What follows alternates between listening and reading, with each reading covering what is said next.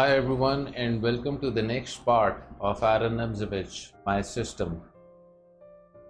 The customary quote: "The greatest glory in living lies not in never falling, but in rising every time we fall." From the revolutionary South African leader and former president Nelson Mandela. A brief review of the last part, where we completed the fourth chapter, the passed pawn, of the first part of the book, The Elements. After going through endgames given by Nimzowitsch illustrating the passed pawn. Now, just a reminder that a link to Leach's studies can be found in the video description of each video in this series. I create these studies to assist me in recording the videos, and you might find them helpful for the sake of better understanding yourself.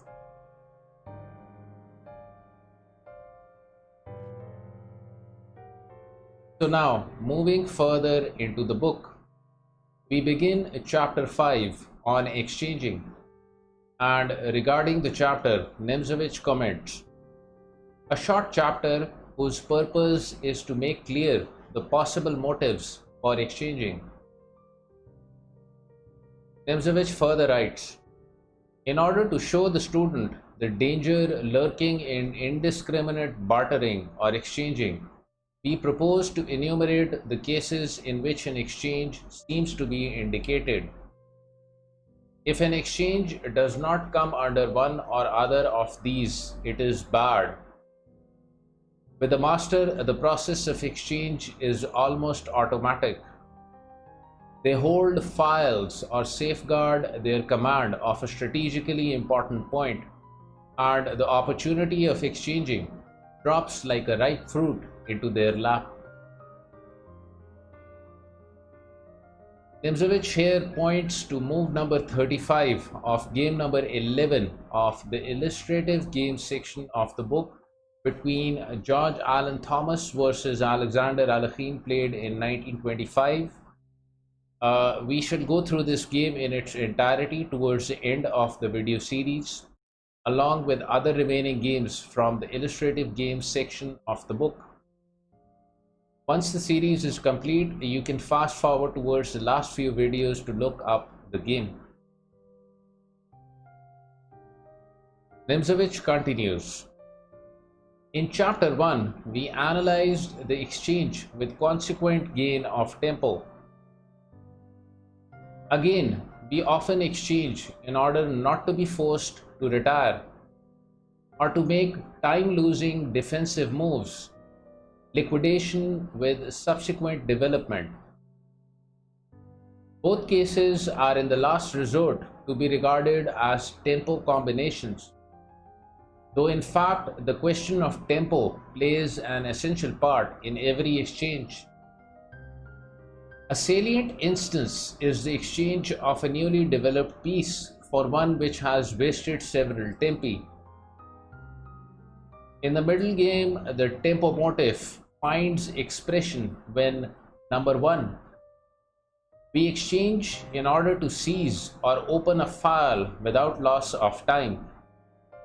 A very simple example: in the position on board, white wants to seize or open a file in order to be able to give mate in the 8th rank.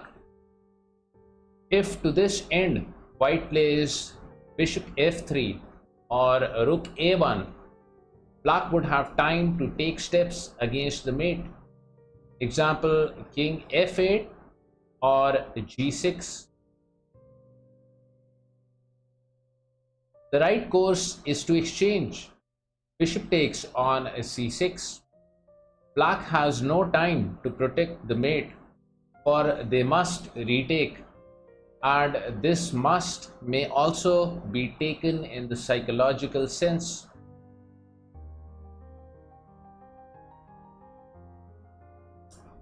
Number 2, we destroy a defender by exchanging. We destroy them, that is to say, because we look on them as a defender. In the previous chapters, we have made the acquaintance of defending pieces whose functions varied. pieces which protect a pawn obstructing the road in an open file, pieces which stand by to aid a blockader, and pawns which help to protect an outpost, and so on. The destruction of any one of these is in every single case worth striving for. But by a defender, we mean something much wider. A stretch of territory can also be defended, as for instance entry to the 7th rank, or a possible enemy approach can be warded off, as in game number 14 of the illustrative games section, where the knight at e3 protects the points g4 and f5 against a possible queen g4 or rook f5.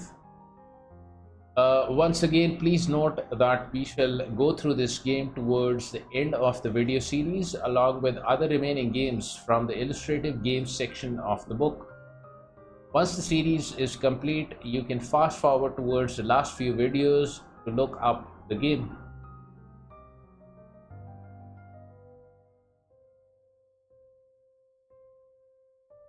Nimzowitsch continues. So too, in the case of a centrally posted blockading piece, example in the position on board, the attacking radius of the knight protects and safeguards for white a wide terrain, so that this knight at d4 is also to be considered as a defender in our sense.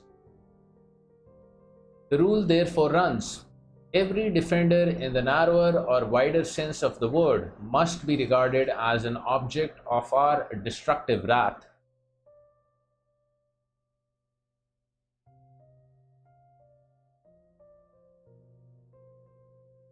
In the position on board where white wins by a series of exchanges, both kinds of motives are exemplified.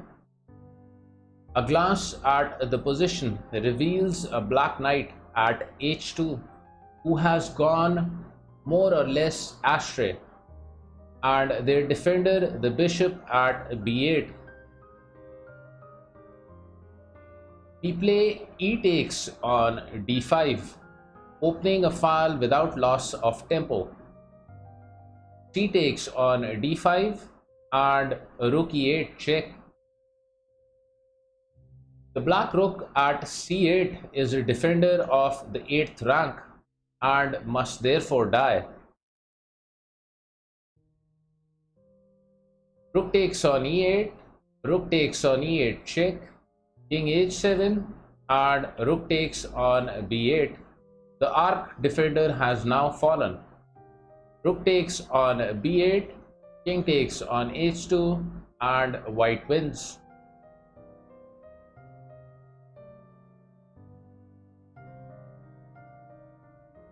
Number 3. We exchange in order not to lose time by retreating. We are here as a rule concerned with a piece which is attacked. If we are faced with the choice whether to withdraw the piece with loss of tempo or to exchange them for an enemy piece, we choose the latter alternative, especially if we can use to advantage the tempo we have saved ourselves by not withdrawing the piece.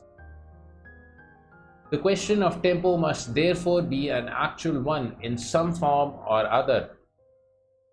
Simplest example would be with the position on board: knight e4, a4, a counter attack, rook takes on b6 to save a tempo, a takes on b6, knight takes on f6 and white wins.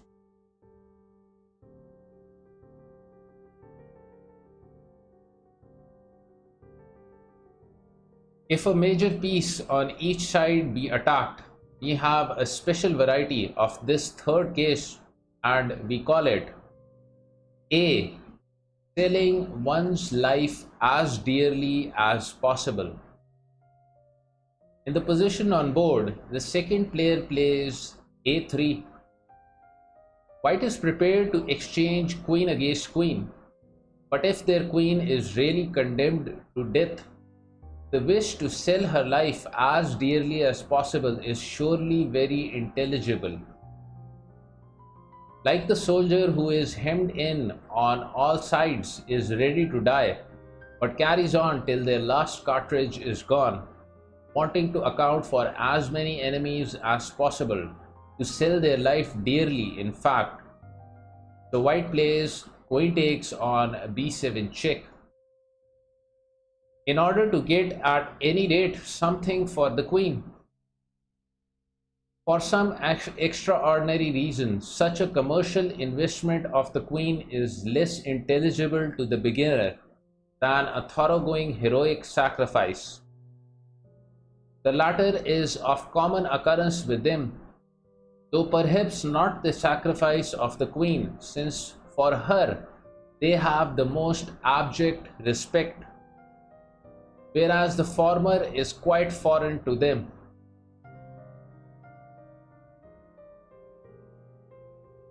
Yet it is really no sacrifice, or at worst only a temporary one, and possible it is in this amalgamation of sacrifice and sober conservation of material that the psychological difficulty lies, to which the beginner succumbs. Number 4. When and how exchanges usually take place. Lack of space forbids a detailed discussion of this question, and we will only quite briefly point out that A.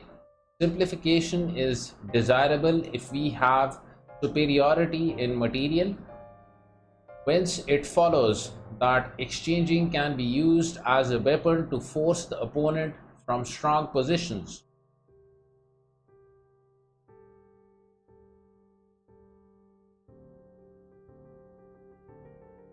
B. When two parties desire the same thing, a conflict arises.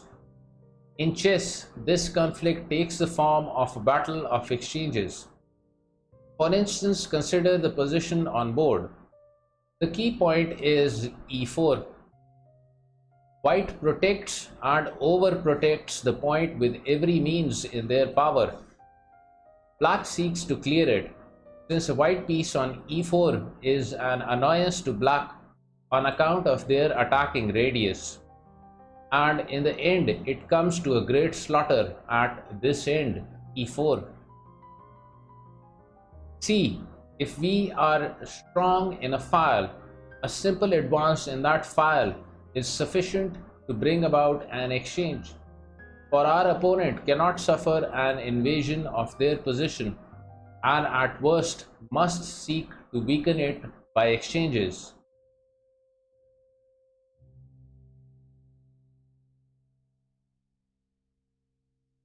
D.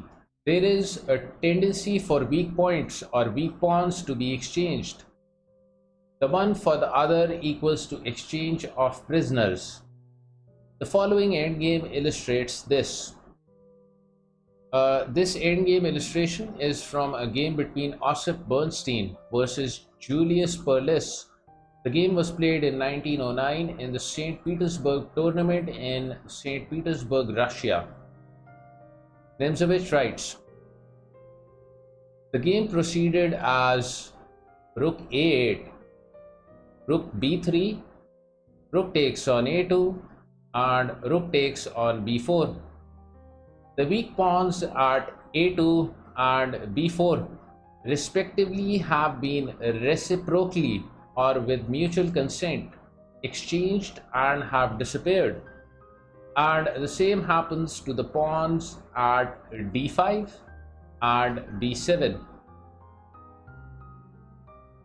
Rook a5, rook takes on b7, rook takes on d5, and rook b8 check. The simple exploitation of the b file leads to the desired exchanges. Queen takes on b8, queen takes on d5 check, and king h8. As Dr. Lasker rightly pointed out, it would have been better to maneuver the king to f6 for black. b3, and Bernstein won a brilliantly conducted endgame by means of his b-pawn.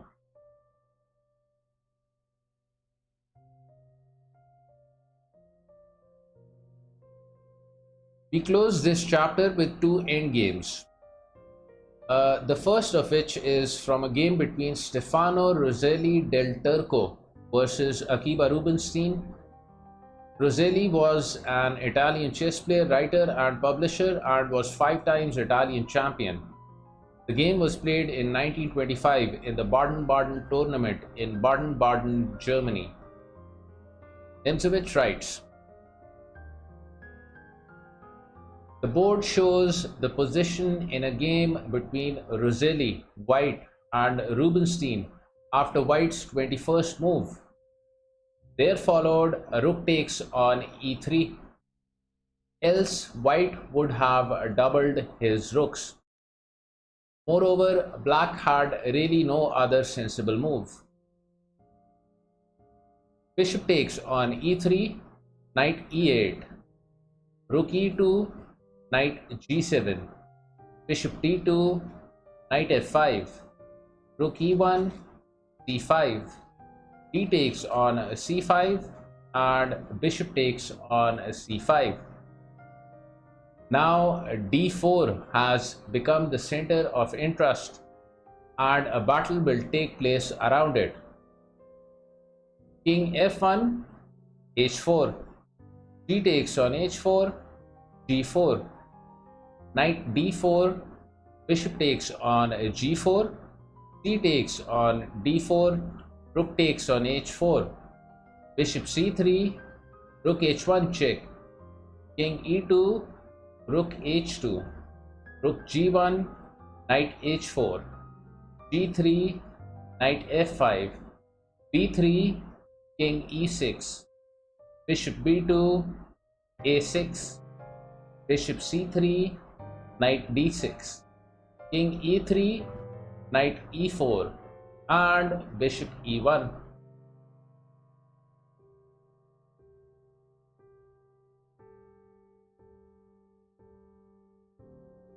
After some fruitless attempts by Rubinstein in the c-file, the following position was reached after white's 55th move, as shown on board, and the decisive breakthrough took place with f4. G takes on f4, rook h7, bishop d2, and knight takes on d2, kills the defender of f2 and f4. King takes on d2, rook h3, f3, g takes on f3, rook f2, king f5, king e3, king g4, and d4. If instead f5, then king takes on f5, rook takes on f3 check, rook takes on f3 check, king takes on f3, a5, and a successful turning movement against white's king will follow. As such, b4, rook h1, f5, rook e1 check, king d3, rook e4, and white resigned.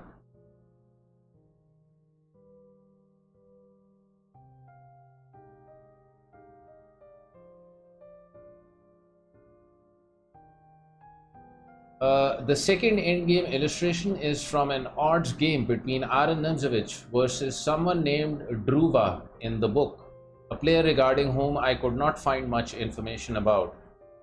Nimzowitsch gave the odds of a queen for a knight in the game. The game was played in a coffee house in Riga, Latvia, as stated in the book. Nimzowitsch writes, after this classic ending from a tournament game, let us give one from a game at odds played in a coffee house, in which the exchange motif took an original shape. In the position on board, white, who had given the trivial odds of queen for a knight, risked the breakthrough d5. There followed e takes on d5. Safer was knight takes on d5 instead. So e takes on d5, e6, f takes on e6. He should have castled instead. And now knight e5. Here we have the typical advance at the cost of self-destruction. The knight is the awakened rear rank man. Knight takes on c4, bishop h5 check, king e7, and knight takes on c6 check. A surprise. Who would ever expect an exchange in the middle of a pursuit of the enemy? B takes on c6, rook f7 check, king d6, knight takes on c4 check, d takes on c4, and rook d1 check. Now the meaning is clear. The bishop at c6 was a defender because of the possibility of bishop d5 at this point. King e5, bishop f4 check, king e4, and bishop f3 checkmate. Alright, we conclude this part of Aron Nimzowitsch, my system, and also chapter 5 of the first part of the book. In the next part, we shall begin chapter 6, the elements of endgame strategy.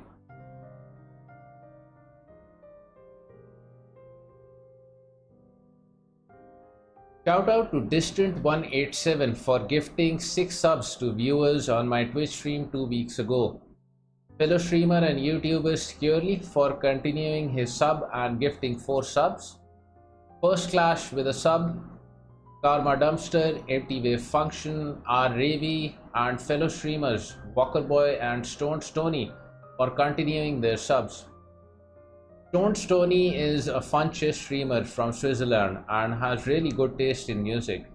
Do check him out, his stream for chess and good music. I will post a link to it in the video description. Nicola Stoyson, the top chairer with 1000 bits. emptywavefunction and fellow streamer Faraway aka Dean at second with 300 bits each. RockyMtnChess, F-Pawn, and fellow streamer CL Smith at third with 200 bits each. Blowfishfugu and fellow streamer and YouTuber Chess Poems at fourth with 100 bits each 2 weeks ago.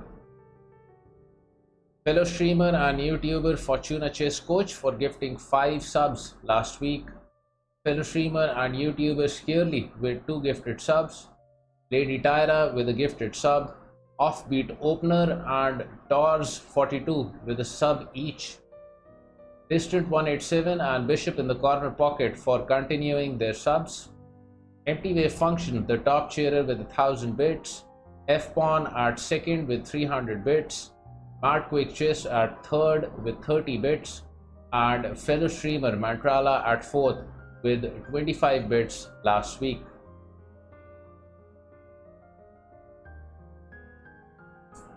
Thanks a lot for the kind support, everyone. Much appreciated. Alright, till next time, take care and stay safe.